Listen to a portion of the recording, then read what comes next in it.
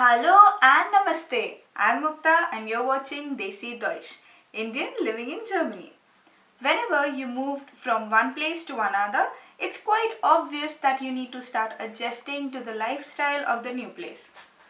Well, for me, the place that I come from and the place that I currently live in, India and Germany, are very different. So obviously I had some tough time in adjusting to the ways of life over here in Germany. So that's exactly what this video is all about.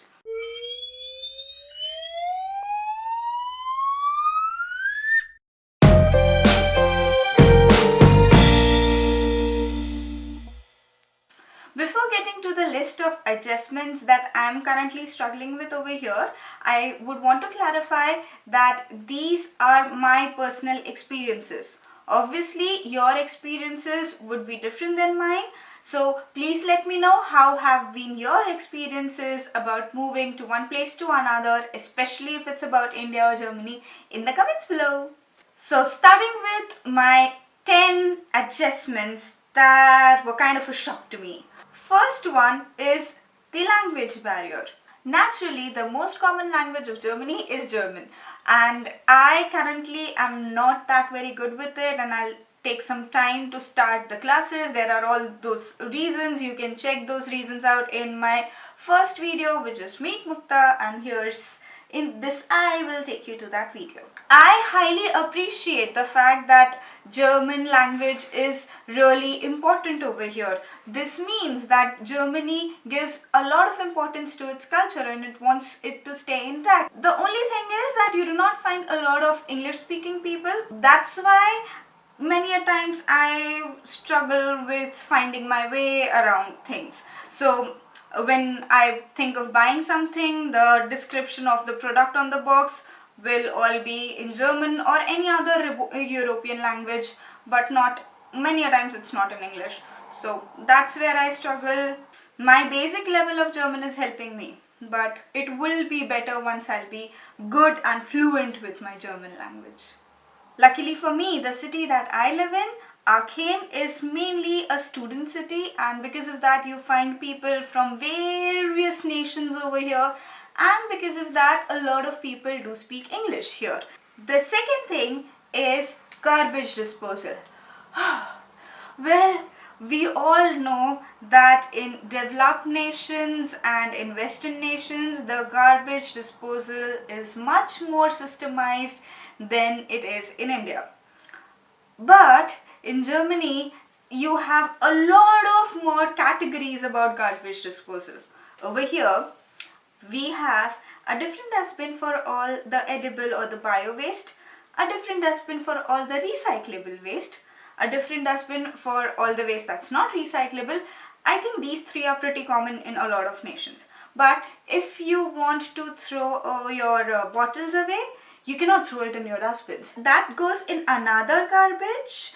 I think I'll make a different video about the garbage disposal itself, because I find it so very much complicated. Initially, I would get confused that which bin is for what. So what I would do is that when I really need to put the waste out and I can't wait for my husband to come home, generally we'll go together, but when I can't wait for him, then I need to put it at that time. So I would put it in such a way that it will be kind of easier for me to take it out from there. So I'll keep the top upright and I'll then take a picture of that particular garbage bin and write with it that which garbage have I thrown in this particular bin, and I'll ask him via WhatsApp and all, and I'll ask him that I am doing this. Now, is that the correct way or not? And luckily, almost all of the time it was the correct way. Otherwise, I don't know how I would have taken that out and then disposed it to the other bin. So the third thing that I'm currently struggling with is cooking. I had mentioned in my Meet Mukta video that I am currently experimenting in the kitchen over here. And I do have a tough time in making a few things, especially Indian things. Now, the biggest difference between kitchens in India and kitchens in Germany is the stove that we use. In India, we generally use a gas stove, so we cook on the flame. Whereas in Germany, we use an induction cooktop or a hot plate. So there are a few, mainly roti, which is the staple diet, which is like the Indian bread that we have daily. I have a tough time in cooking that because in India you cook the final thing on a flame, so it puffs up, and that is why it becomes more soft, and yeah, it's better that way. And when we do it on a hot plate, it doesn't really puff up, and so it's not as good. Although I do agree that cooking on an induction cooktop is much more safer than it is cooking on a stove because of the flame and all. Although you need to be really careful when you're cooking on the hot plate, because there have been times when I have spilled the milk while making tea for my husband on the hot plate, and it sticks and it's really difficult to clean it afterwards. I recently made dosa, which is a South Indian dish, idli, dosa, uttappa and all of it, and the batter that you make for it, you need to ferment it. So as compared to the fermentation process in India that takes 10 or maximum 12 hours, sometimes even 6 hours, it took me 2 days over here. So this is how I ferment my dosa batter. The batter is in this particular vessel, and I think of it like a little baby that's feeling so very cold in this cold weather that it needs some protection and warmth, because of which I roll it in a blanket and keep it near the heater. Which takes me to the third point, which is cold.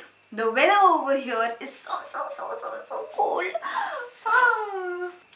The thing is that I am a person who likes going out, but I cannot go out as much as I would like to because it's really cold outside. If I go out consecutively for 3-4 days, I catch cold. Also, if I just want to go out for a small walk or just for a little round, I have to pack up, in the sense I need to layer myself up, I need to get ready, and all of that takes some time. Unlike in India. In India, whenever I feel like going for a walk, I can just make that decision like this, like in a few seconds. Over here, I just can't do that. Talking about the weather takes me to the fifth point, which is managing moisture in the house. You need to ensure that your house has a level of moisture in it. You can check that using this thermostat, which tells you the temperature and the relative humidity. It's 61%! I need to open my doors and windows, otherwise the water will ruin my house. I'll have to live with a room full of algae, all green. No. But I'll do that after this video because I don't want the sun hiding from me. Getting to the point, when you open doors and windows to let the moisture out, to ensure that your house is well ventilated, obviously you need to turn off those heaters. And because of that, my original complaint of the cold comes back. So I generally get wrapped in blanket when I do that. Yeah. Managing this moisture becomes all the more difficult while I'm doing my daily chores. Mainly washing utensils and taking a bath. So that brings me to my sixth point, which is doing those daily chores. You know what? In India, we have a backyard wherein we have a place to wash our utensils. So in Gujarat, it's called a chokdi, wherein you sit on the floor or on a stool, and you have all those utensils over there and you wash them. And it's okay if the water splashes here and there. It's okay. It's all okay because sun is going to dry it, I never really appreciated that very much back when I was there.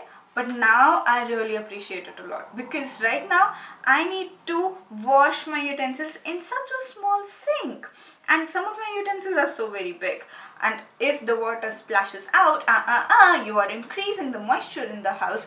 Also, the platform and other area of around the sink is made of wood, and we all know that water is an enemy of wood. So Again, that's a difficult thing. Or else you need to wash your utensils in the dishwasher, and I am still struggling with figuring that out because I normally cook Indian food, which is more oily and has more spices in it, and the dishwasher fails to understand the kind of cuisine that we have. Or else I fail to understand the dishwasher. Talking about taking a bath, in India, generally we take a bath by standing under the shower, or we sit on the floor, or we sit on the stool, and we have a bucket full of water and we use a tumbler to pour the water on us. That's how it generally works. And because of which the bathrooms are generally not very spacious, although mine were, but they are at least as good as a little room, like at least the size of this couch. Yes, but over here when you take a bath, you do it in a cubicle, which is like this small space, and you need to confine in that particular space. You need to close all the doors of the cubicle to ensure that the water does not go out. Again, the moisture is a problem. And you take a bath using the hand shower, and you control the temperature of the water with that particular tap. And I am really stupid when it comes to handling that particular tap, because I always end up having either too cold of water or too hot of water. So what I do is that I put that hand shower thing in the bucket, and I let a lot of cold water come in and then a lot of hot water come in, so then it gets to a good balance. And then I sit on a stool, and then I have my bath in the Indian way. But then it's very small place, so it is a difficulty for me. Stepping out of the house, the thing that I most struggle with brings me to my 7th point, which is socializing in Germany. Germans are generally stereotyped as people who are kind of reserved, who do not open up that very easily. When they make close friends and when they build relationships, that's really close, and they give a lot of importance to those. But maybe because they give so much of importance to close relationships, they do not really open up to a lot of people, because they might be being very selective as to who can they allow to come into their inner world. I don't know, but basically they are someone who do not open up that very easily.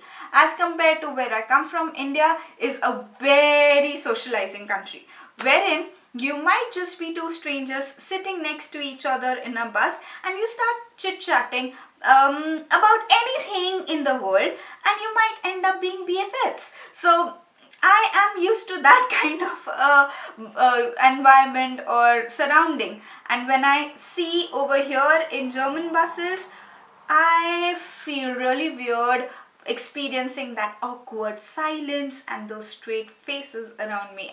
You don't really communicate or talk that very much over here in such places, because in Germany you generally abide by the purpose of your particular act or your particular words. So in a bus, your purpose is to go from one place to another, so you'll abide by that.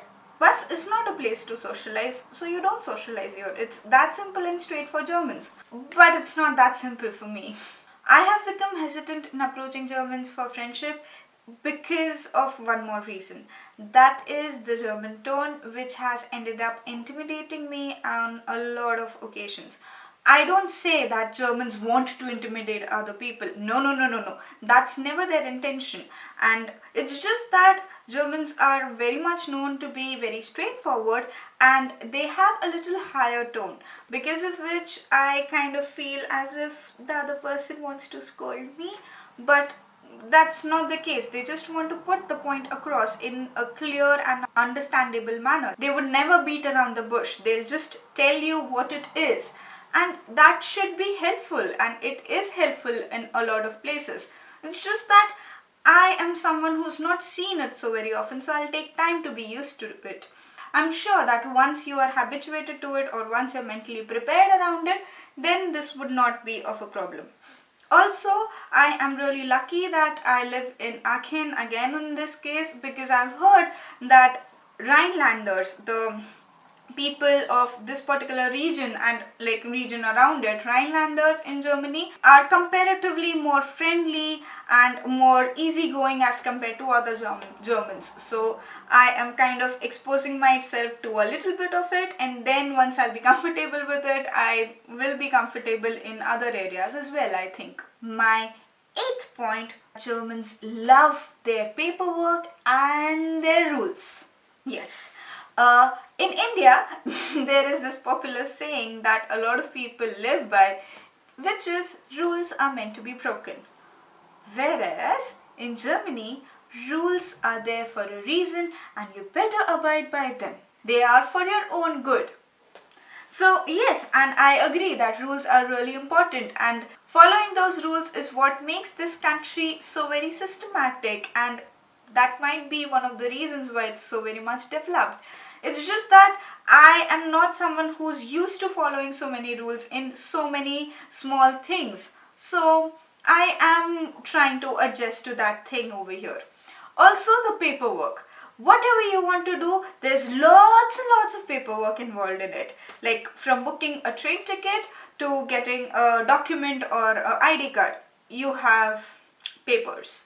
And yes, you have a lot of paperwork in India as well, but you also have a lot of agents who do it for you for a few bucks. And that is why I never had to do it by myself. Even over here, I don't really have to do it all by myself. It's my husband who does it for me, and I am not really bothered with it that very much, but I am involved in the process, so it affects me a little. I also really struggle with buying things over here, and that exactly is my ninth point, which is that I take a lot of time to select what to buy because there are so many options over here. You have so much of variety in anything and everything that you want to buy. You want to buy bread? You know, we have 3,000 varieties of bread. Which one would you like to have? And I really appreciate that. Like, I'm really excited to explore how these different breads taste.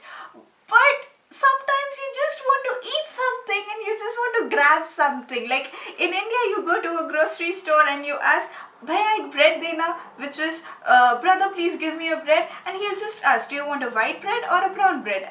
It's so simple, whether you're health conscious or you're not, and you pick one accordingly. Whereas over here, so much of options. It's not just the bread. You want to buy cheese, there are several varieties of cheese. You have variety in almost everything here. I'm also going to do different videos about those varieties here, right? I love exploring those things. It's just that sometimes when you want to make a quick decision, varieties are not really helpful. And even when I decide on what do I want to buy, I have another problem, which is my 10th point, that is the currency over here. Well, we all know that the value of a euro is much more than that of an Indian rupee. I think currently 1 euro is equal to 80 rupees. And because of that, a lot of times when I decide on buying something, I cannot help but look at the price tag, convert it into Indian rupees, and then imagine how much will I be able to get it in India and compare. That really kills me. I end up not buying a lot of things that I like just because I think that I'll be able to find it way cheaper in India. Now I have finally decided to buy one thing and I need to go and pay. That's where the other aspect of the problem with currency comes into picture, which is that over here, a lot of things, especially the dairy products, the grocery things, vegetables, all of it, they are priced in cents and not euros. So you have a lot of coins into picture, and I am not good with algebra. So I have a tough time in deciding how many cents or how many euros, how many coins of which denomination should I put forward. So what I end up doing is I give a round off number even when I have so many coins in my purse. I give a round off number and I invite more coins into my purse. So I have thought of this as a solution. I keep all my change in this little box, and I plan on exchanging all the change into a rounded off figure once this is full from the back later on.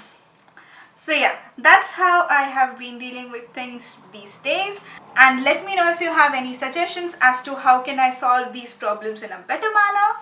Some of you might be thinking that if I'm having so much of problem over here, why am I still sticking around over here? Why don't I run off back to India and live as I have been habituated in living? Well, I would agree to you, but then I believe that anything and everything in this world has some positive and some negatives. So these were the set of negatives that I feel over here, but there are a lot of things that I feel positive as well over here.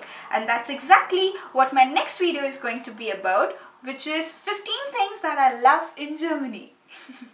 So don't forget to check that video out. It will be coming in the next weekend. I'm sorry that this video turned out to be more of a rant, but still, if you liked what I talked about, then please don't forget to give a big thumbs up. Share this video with whosoever is planning to move to Germany or India, or is just planning to move. I think these points might be of help in preparing oneself better. And subscribe to this channel if you would like to know more about my life here in Germany and my trips, because you know that your likes bring me smiles, your comments make me think, and your subscribes and shares make me grin. And if you want a sneak peek into my daily life, then you can follow me on Instagram. The name is the same, Desi Deutsch, in YouTube as well as in Instagram. So see you next weekend. Till then, Alvida and auf Wiedersehen.